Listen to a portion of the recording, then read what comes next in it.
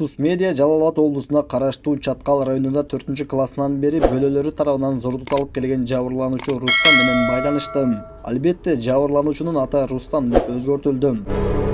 Рустамдын айтымында, ал 4-класста окуп жүргөндө апасы экөө Чаткал районунун айылдарынын бирине тайэжесинин үйүнө конокко барган. Баарыбыз көчөдө ойночубуз. Тайэжемдин бир уулу мени алдыңкы бакка алып барды. Ал жакта ойнойбуз деп ойлогом.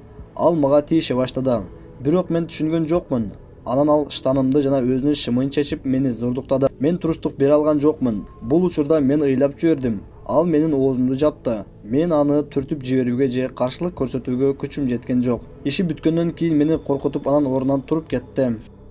Мен көз жашымды арчып, малинанын жалбырактары менен арчынып үйгө кеттим. Менин агам эч нерсе болбогондой столдо отуруп чай ичип отурган, деди Рустам. Ал кошумчалагандай, бир аз убакыттан кийин апасы менен айылдан чыгып кеткен. Ошол эле учурда ал апасына болгон окуяны айта алган жок. Анткени коркуп, ага эч ким ишенбейт деп ойлогон. Андан кийин ал бир нече жолу тайэжесинин үйүнө барып, ошол эле жерде бөлөсү аны зордуктаган. Бирок ал эч кимге айта алган эмес. Жаңы жыл түнү апам мени эжесине жиберди. Мен анын тилин албай койдум. Кыйкырып ыйлагым келди. Бирок мен эч нерсе айткан жокмун. Жаңы жылды тосуп алдык. 3-1 тууганын экөөсү көчөгө чыгып, жана 3-чүсү 1995-жылы туулган Бөлөм үйдө калган. Эжекебиз төшөгүбүздү салып, биз жаттык. Бөлөм телефондон бир видеолорду көрүп жаткан, анан мени чакырды. Ал мага видео көрсөткүсү келди деп ойлогом. Бирок ал чечинип, жыныстык мүчөсү менен денемди айланып өттү. Андан тышкары, ызы-чуу чыгарсаң өлтүрүп салам деп коркутту. Акыры ал мени да зордуктады. Каттуу тийди. Түнү бою төшөктүн астында ыйлап, үйгө кирдим эртең менен, деди жабырлануучу.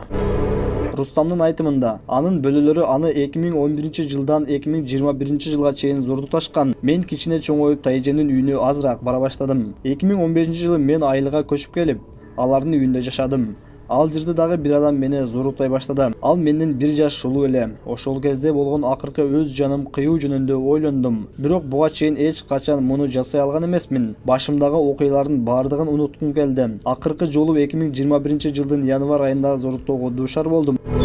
Дагы бир зордуктоодон кийин Рустам ички иштер органдарына арыз менен кайрылган. Факт катталып, экспертизалар дайындалды. Мен кылмышкерлерди жазалоо үчүн милицияга кайрылдым. Мен мындан ары чыдай алган жокмун. Биринчиден, мен болгон окуяны ишенимдүү адамдарга айттым. Мени зордуктап жүргөн бир туугандар башка балдарды дагы зордуктай алаарын ошондо гана түшүндүм. Мындан тышкары, алардын бирөөсүнүн айылда компьютердик клубу бар. Балким ал жактагы балдар дагы зордукташы мүмкүн. Бирок мен аны каалабайм. Мунун баардыгы мен үчүн өтүп кетти. Мен качандыр бир кезде ушунун баардыгын унутуп калам деп үмүттөнөм, деп жыйынтыктады Рустам. Бүгүнкү күндө айыпталуучулардын эч кимиси убактылуу кармоочу жайга киргизилген жок. Анткени тергөө экспертизанын жыйынтыгын күтүп жатат. Жыйынтыгы чыккандан кийин гана тиешелүү чаралар көрүлөт, деп билдирди Ички иштер башкармалыгынан.